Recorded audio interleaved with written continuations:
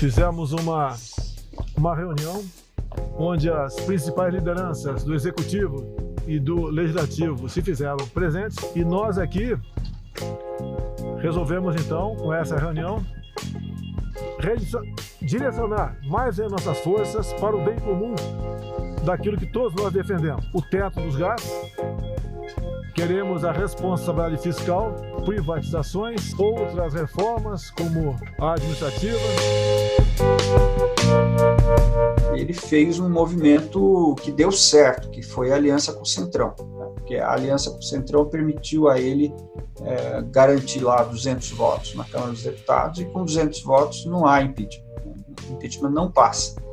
E ele provocou também um certo recuo das presidências da Câmara e do Senado, e com isso, digamos assim, ele foi equilibrando um jogo que estava ficando muito perigoso. Só que o preço é a perda de apoio na classe média, né? Nós precisamos lembrar que ele se elegeu em nome do combate à velha política e agora ele se aliou à velha política.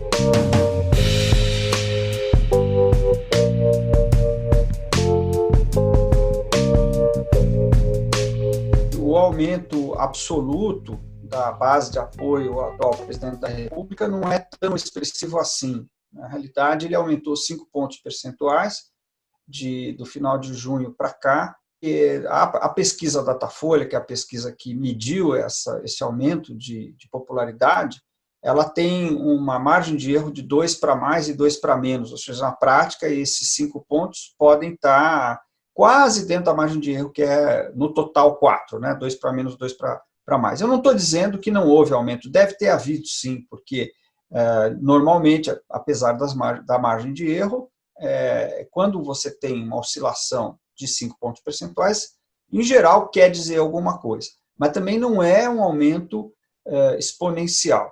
Na realidade, dos elementos que nós dispomos até aqui, que não são muitos, porque as pesquisas ficaram um pouco incertas, né, porque elas passaram a ser telefônicas, o método telefônico não é igual ao presencial, então nós não temos tanta segurança assim para afirmar, mas os elementos de que nós dispomos até aqui indicam sim que é o peso do auxílio emergencial, porque houve um aumento importante no Nordeste, que é uma região onde há muita presença do auxílio emergencial e assim por diante. Na verdade, o que nós temos que considerar é o seguinte: o auxílio emergencial em determinadas regiões do país, ele pesa muito do ponto de vista de transferência monetária, né? Eu ouvi um cálculo de que R$ 3.600, que é o que uma mulher, por exemplo, que seja chefe de família, terá recebido ao longo de 3 parcelas de 1.200, né? Que ela pode chegar até receber 1.200 por mês.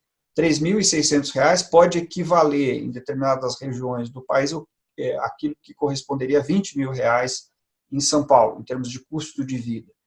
Então, as pessoas estão tendo acesso a um valor monetário que permite a compra até de bens duráveis, né? Não é apenas de comida ou daquilo que se necessita para o dia a dia, como remédios, etc. É também bens duráveis, né? Portanto, o impacto sobre a vida cotidiana do eleitor de baixa renda é forte, né? E ele explica, né? Poderia explicar o porquê que algumas parcelas, né, do eleitorado de baixa renda está, digamos assim, apoiando o atual presidente da República, ou passou a apoiar o atual presidente da República, sendo que essa nunca foi a base original dele, né? Por que só 3 meses depois de começado o auxílio emergencial é que aparece o efeito? Não sei também qual é a resposta. Por vezes pode ser mesmo digamos, a decantação de um processo que no início não era tão seguro, talvez as pessoas não estivessem conscientes de que isso ia se repetir, né? Porque nós tivemos 3 meses, né, de pagamento, que depois foi estendido para julho e agosto, então acabaram sendo 5 meses de pagamento de parcelas de R$ 600, que, como eu disse, podem chegar a R$ 1.200 caso só tenha um chefe de família na casa, ou uma chefe de família na casa. Então, é possível que a repetição, né, tenha acabado por decantar esse efeito de apoio. Mas a gente já tinha sinais disso há algum tempo, né? Não é de hoje que começaram a aparecer as primeiras sinalizações de que havia uma mudança, sobretudo no Nordeste. Realmente não sei por que só agora a pesquisa captou esse efeito, mas o fato é que apareceu agora. Não está claro, né, como essa transição vai acabar. Quando eu falo em transição, eu digo que é algo que começou, mas ele não sabe para onde vai. É perfeitamente possível que interrompa do jeito que está e volte para trás, né?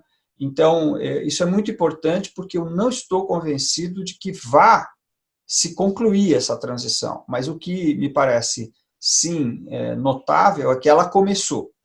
Agora, eu tenho também a impressão, e acho que só no futuro nós vamos poder ter mais certeza sobre isso, que não há propriamente um plano, ou não havia um plano, né? Para começar, porque ninguém previu a pandemia. A pandemia foi algo que caiu do céu, né? Para usar uma metáfora, a gente sabe que não caiu do céu, mas, por assim dizer, na cabeça de todo mundo, de uma hora para outra, né? Ninguém, até mesmo depois que a China já estava avisando, em dezembro, que tinha uma coisa nova acontecendo lá, um vírus de tipo novo, com efeitos muito surpreendentes, a maior parte dos países do mundo não acreditou, tanto é assim que vários países da Europa sofreram consequências graves, né, dessa inadvertência. Agora, a segunda coisa é que, tendo começado a pandemia, os governos do mundo se deram conta, pelo grau de paralisia econômica, que eles teriam que proceder a algum tipo de transferência de renda. E o Brasil fez a mesma coisa, só que no caso brasileiro, o governo começou propondo R$200, né, um valor de R$200.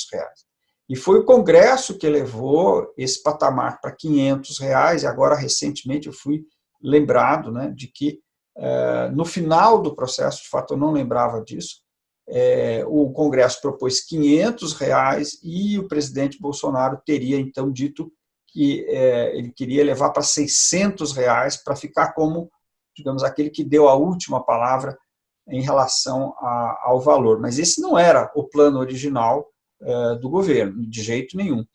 Então, simultaneamente, também foi uma grande surpresa o fato de que, em lugar de se usar, né, se valer da necessidade de distanciamento social para adotar medidas de controle da população, que é o que vários líderes autoritários ao redor do mundo fizeram, o presidente da República do Brasil fez o inverso. Ele começou a atacar o distanciamento social, se opor ao distanciamento social, aliás, como aconteceu também nos Estados Unidos. E, em função disso, ele começou a perder base na classe média, só que, digamos, de uma maneira que eu acho inesperada, até mesmo para ele, começou a ganhar apoio entre eleitores de baixa renda, pelos motivos que eu já expus aqui. E aí sim, né, aí eu acho que, tendo perdido base na classe média e tendo percebido a possibilidade de ganhar uma nova base de apoio, que é fundamental para um projeto de médio e longo prazo, você não consegue ir adiante, né, se você não adquire bases populares. O governo começou a se aproveitar disso, então começou a fazer, né, nós vimos, o presidente foi para o Nordeste, visitou locais, está fazendo inaugurações, começam a surgir candidatos bolsonaristas em capitais do Nordeste, e o governo, então, começa a falar de uma mudança, né, de política econômica com vistas a poder se beneficiar politicamente deste efeito inesperado. O problema é que, para fazer esse uso, ele precisará não só manter o auxílio emergencial, que não pode ser mantido indefinidamente, até porque ele é emergencial, mas precisará fazer um programa de transferência de renda significativo, e mais do que isso, precisaria colocar esse programa de transferência de renda dentro de uma concepção de retomada da economia por baixo, como fez o lulismo. E isso, definitivamente, seria uma reviravolta, a qual o mercado está se opondo de maneira veemente. Então, o governo, o presidente, terá que romper praticamente, né, com o mercado, coisa que ele diz que não vai fazer de modo algum, para realizar essa inversão, de modo que eu acho que ele terá grande dificuldade para conseguir esse objetivo. Esta saída de figuras do Ministério da Economia corresponde ao que o mercado fez essa mudança de política econômica, que implica, evidentemente, aumento da dívida pública, provavelmente implicaria em romper com o teto de gastos, enfim, tudo isso que está no receituário neoliberal, que veio sendo aplicado de maneira muito radical até, desde, na verdade, o golpe parlamentar de 2016, com o impeachment da ex-presidente Dilma. Tudo isso, digamos, já começa no governo Temer e o governo Bolsonaro até se propõe a radicalizar ainda mais. Então, claro, ele está diante aí de uma força importante. Até porque, considerando hoje o grau de globalização da economia, a economia funciona ligada a cadeias de produção e cadeias financeiras globalizadas, que também dificultam muito mudanças do tipo que ele quer fazer, né? Na verdade, a gente nem sabe se ele realmente quer fazer. O que parece claro é que ele está pensando em fazer, né?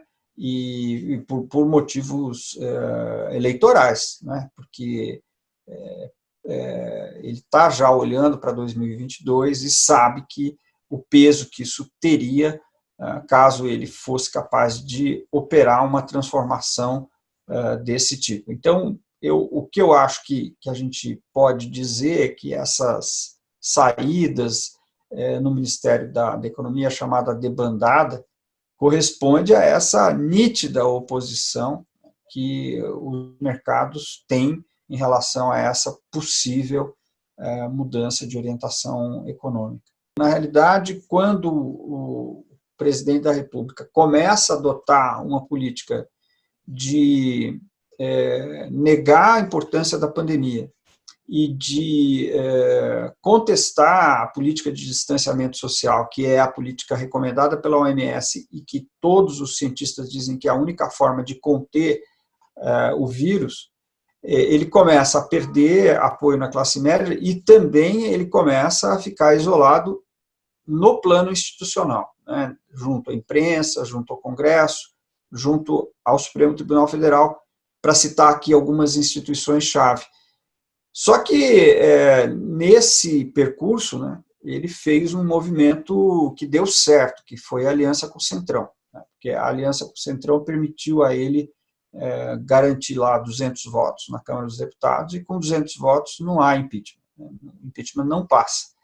E ele provocou também um certo recuo das presidências da Câmara e do Senado, e com isso, digamos assim, ele foi equilibrando um jogo que estava ficando muito perigoso. Só que o preço é a perda de apoio na classe média, né? Nós precisamos lembrar que ele se elegeu em nome do combate à velha política e agora ele se aliou à velha política, e isso também, por sua vez, combina com o fato de que ele praticamente empurrou, né, para fora do governo o ex-ministro Sérgio Moro, que era uma espécie de representante, né, para a classe média da luta anticorrupção. Então, tem aí uma virada, né? Uma virada, sem dúvida, que sem dúvida combinaria com uma mudança da política econômica. Mas eu insisto, né?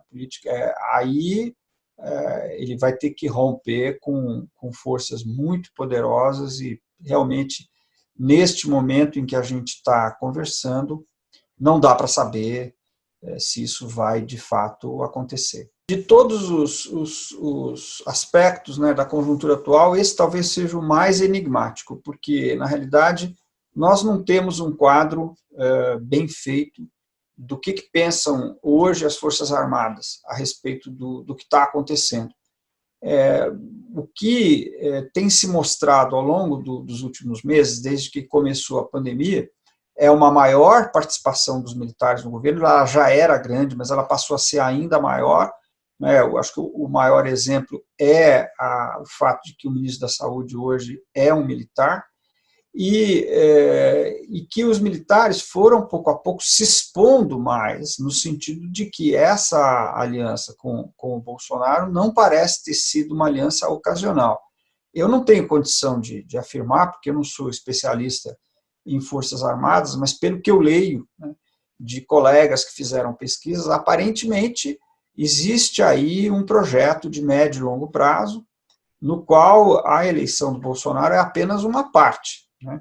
E justamente isso seria condizente, seria compatível com o que se noticia na imprensa, de que os militares estão apoiando medidas de investimento em infraestrutura e até mesmo essa possível mudança da política econômica. Porque, na realidade, seria compatível porque eles estão vendo, né, que para pensar um projeto de país e um projeto de médio e longo prazo, com esta política ultraliberal, não se vai muito longe, né? Porque, na verdade, nós estamos falando mais de uma política de destruição do que uma política de construção. Sem dúvida, no momento eleitoral, né, de 2018, o fato de que o presidente Bolsonaro conseguiu fazer uma aliança com setores evangélicos importantes o favoreceu, né? Ele teve mesmo uma penetração importante no voto evangélico. Agora, de lá para cá, eu não vejo sinais de que a base, né, das confissões evangélicas, pentecostais, neopentecostais, sejam excepcionalmente bolsonaristas. Não me parece que elas que façam parte desse setor de 12%, 15% que as pesquisas mostram que seria um núcleo duro do bolsonarismo. O que existe, sim, é uma aliança sólida com determinadas lideranças evangélicas, né? Lideranças essas que, claro, elas têm repercussão, elas têm, digamos, uma audiência, né, que a gente não pode deixar de reconhecer. Agora, insisto, né, eu não tenho uma convicção, pelos elementos que estão presentes, de que a base mesmo, a base de fiéis, faça parte do núcleo duro do bolsonarismo. E se isso vier a se consolidar, representa digamos, uma contribuição importante, né, para a carreira, né, deste projeto político que está no poder hoje no Brasil, porque, de fato, o lulismo havia se consolidado entre os eleitores de baixa renda, sobretudo no Nordeste, e agora alguma coisa está se mexendo, né? Então, claro, ele ganha pelos dois lados, né? Ele ganha de um lado porque ele, Bolsonaro, se fortalece como possível candidato à reeleição em 2022 e também enfraquece a principal oposição, que é o lulismo. E nesse sentido, é evidente que uma mudança da política econômica teria para ele o maior interesse. E é por isso que isso está em pauta, e é certamente por isso que nós estamos assistindo a esse confronto que está ocorrendo neste momento que nós estamos conversando, né, em torno do futuro da política econômica. Agora, o problema todo é que essa mudança não dá para ser uma mudança tática, né? Essa mudança seria uma mudança realmente estratégica, que pode acontecer, não sei se vai acontecer, acho muito difícil, mas pode acontecer, e que aí traria realmente consequências, eu diria, mais profundas, caso acontecesse. A proposta do PT, em particular, essa proposta do Mais Bolsa Família é muito boa, acho que está muito bem elaborada e vem no momento oportuno. O problema é que ela, digamos assim, ela não tem força no Congresso Nacional para se impor, né? A esquerda está limitada a setor que gira em torno de 25%, 30% da Câmara dos Deputados. E ela é significativa, mas não tem neste momento, condição de fazer maioria sem alianças ao centro, né? E essas alianças ao centro estão bastante difíceis, né? Porque uma parte está comprometida com o próprio Bolsonaro e outra parte com uma agenda bastante liberal. O problema das frentes, né, não é tanto no plano das propostas, mas é no plano da unidade, porque eu acho que vem se construindo uma unidade social, né, muito ampla, e que eu acho que é talvez o elemento mais promissor, né, da conjuntura, porque vai, pouco a pouco, também não é um processo nem rápido nem simples, mas vai se construindo um consenso, né, em setores da sociedade civil de que é preciso barrar o processo de autoritarismo e de desmontagem, né, do Estado de bem-estar social, etc. Sobretudo do autoritarismo, né? Esse consenso é mais nítido. Mas ele não tem se traduzido em unidade entre os partidos, que eu acho que, de fato, não é fácil, porque as diferenças programáticas são muito grandes, né, entre os setores liberais e os setores de esquerda, mas também não se traduz numa unidade dos partidos de esquerda, por exemplo, no processo eleitoral, né, que eu acho que seria muito importante que acontecesse, porque, na realidade, nós temos aí uma eleição municipal que vai ter impacto sobre o quadro nacional, como sempre tem, sobretudo nas grandes capitais, e a gente vem assistindo uma dificuldade, né, dos setores de esquerda de formarem chapas unitárias que possam garantir a presença no segundo turno. Então, eu penso que, eu acho que as propostas existem, os programas existem, o problema é construir os instrumentos políticos que possam dar execuibilidade para essas propostas programáticas.